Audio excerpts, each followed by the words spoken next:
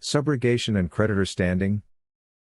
What if the system gave you the power to enforce someone else's claim, as long as you knew how? This episode unlocks the concept of subrogation and how it can make you the creditor in any game. What if you could legally step into the role of a creditor, even if the original claim wasn't yours?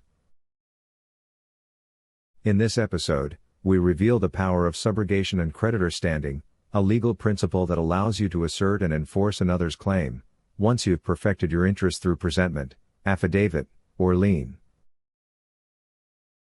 This is how private parties operate in commerce, by stepping out of debtor status and into the position of holder in due course. Understanding subrogation means you're no longer begging for remedy, you're enforcing it. Subrogation allows one party to step into the shoes of another in asserting a claim. By accepting a commercial instrument and perfecting a lien, the private creditor can enforce the obligation formerly held by another. Subrogation gives you standing, but what happens when a presentment is dishonored? Coming up next, how dishonor becomes the very doorway to private enforcement. Let's step through it together.